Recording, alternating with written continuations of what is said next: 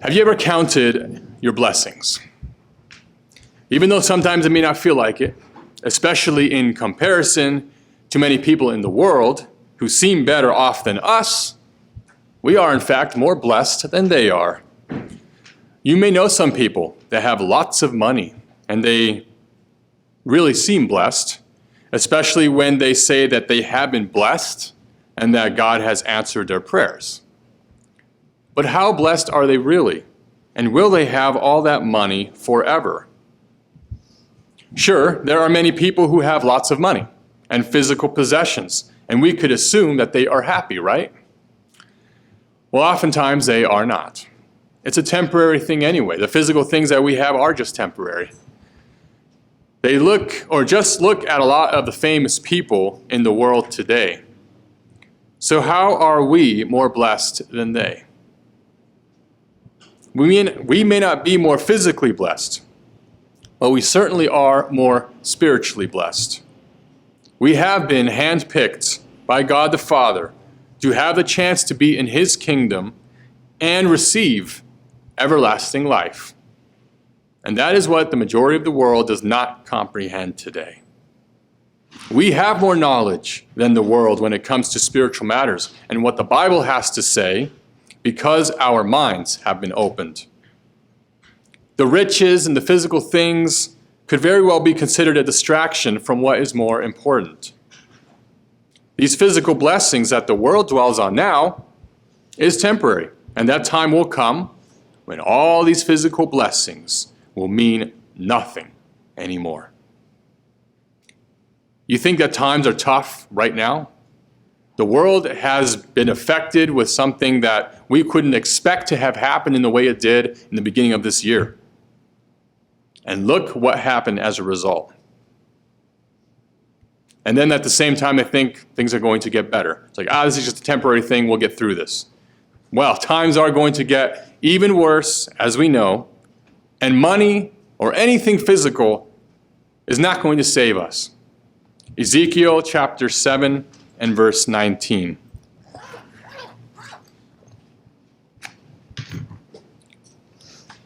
Ezekiel chapter 7 and verse 19. We are not at that point yet, but it will come. They will throw their silver into the streets. Their gold will be like refuse. Their silver and their gold will not be able to deliver them.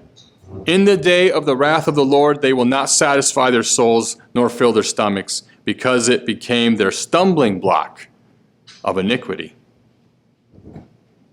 Putting anything before God, anything physical anyway, is a stumbling block. They consider that more important than God Himself, then you will see what the final result of that is going to be. Now we know that we should not be that way. And how can we prove that? One reason is where we are right now and what we are doing right now. We are observing this Day of Atonement as commanded, and during this time we have a lot to think about. Not all the food and drink we're not eating or partaking of, but we have to really think about where we are with God right now, at this moment, through all that we have gone through since last year. How we are to put aside the physical nourishments that are necessary for our human, frail bodies on a daily basis.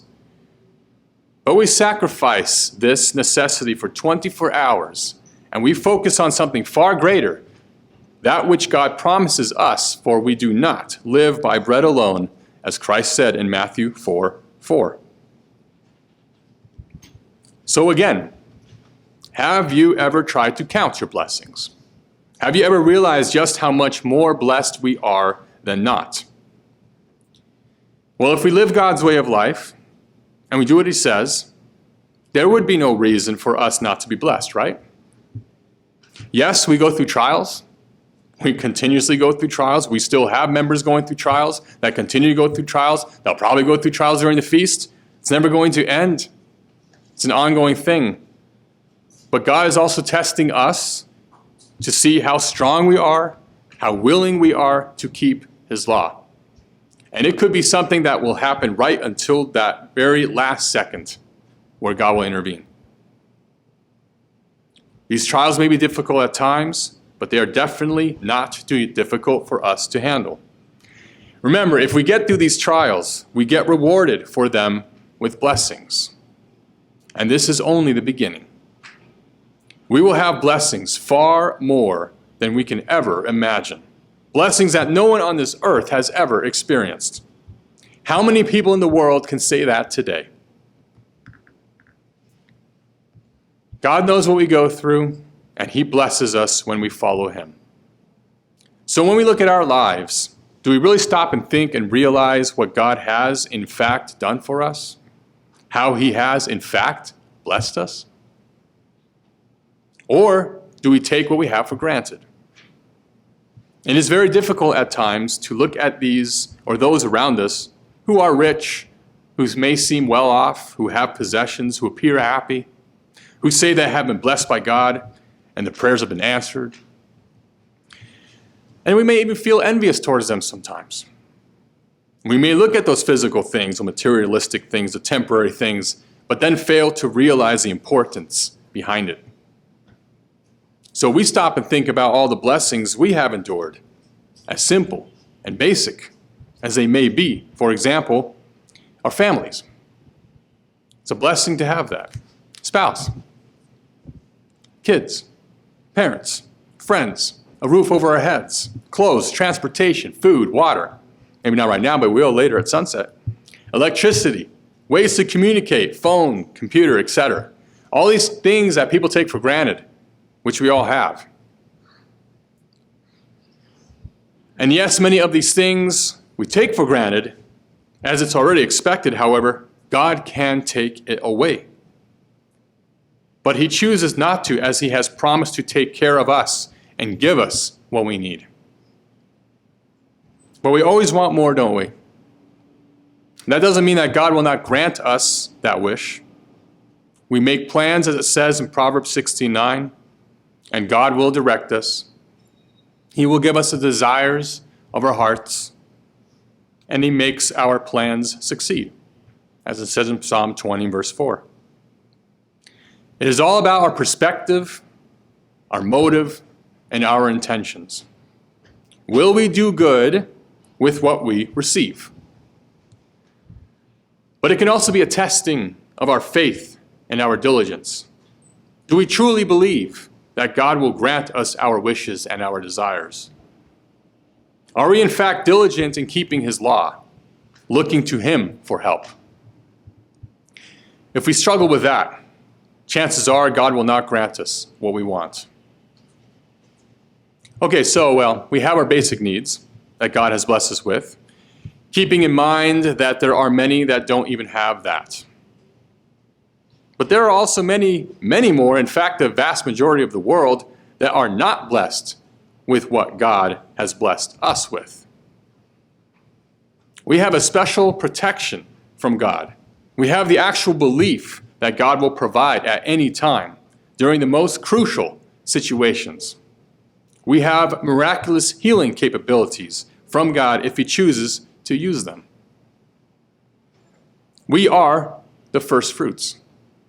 We may not be more physically blessed, but again, we are more spiritually blessed.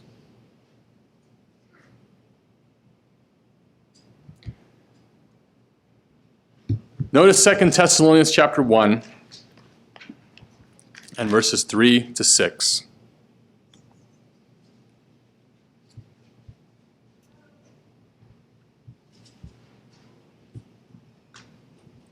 Second Thessalonians chapter 1 and verse 3.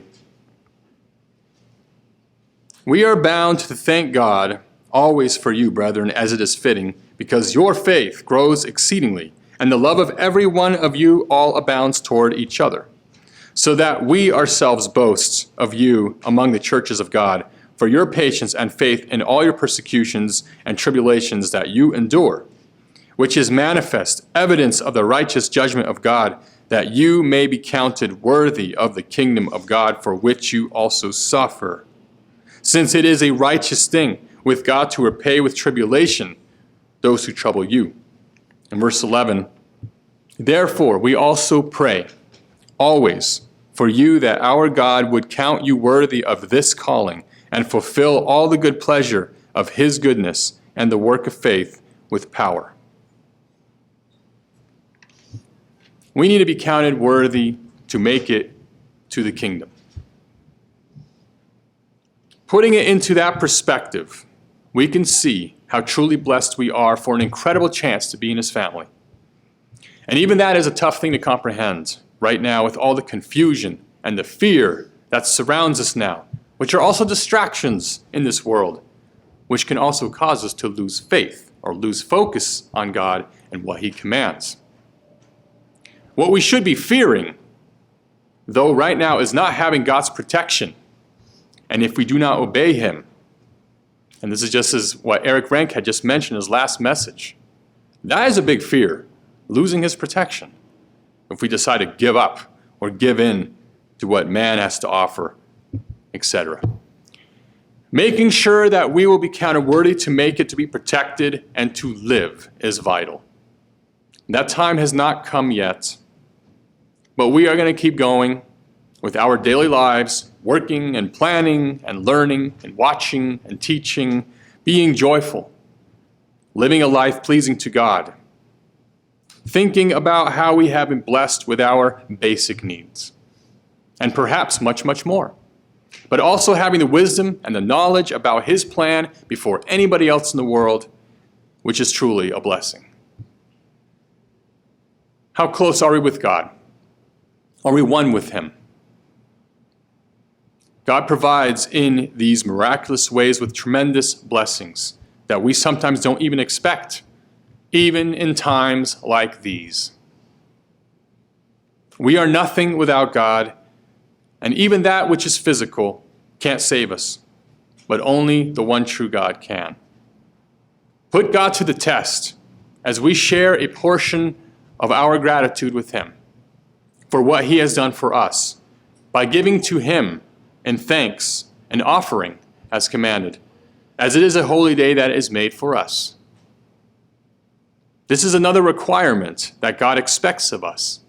And if we do so with a good attitude, he will continue to bless us.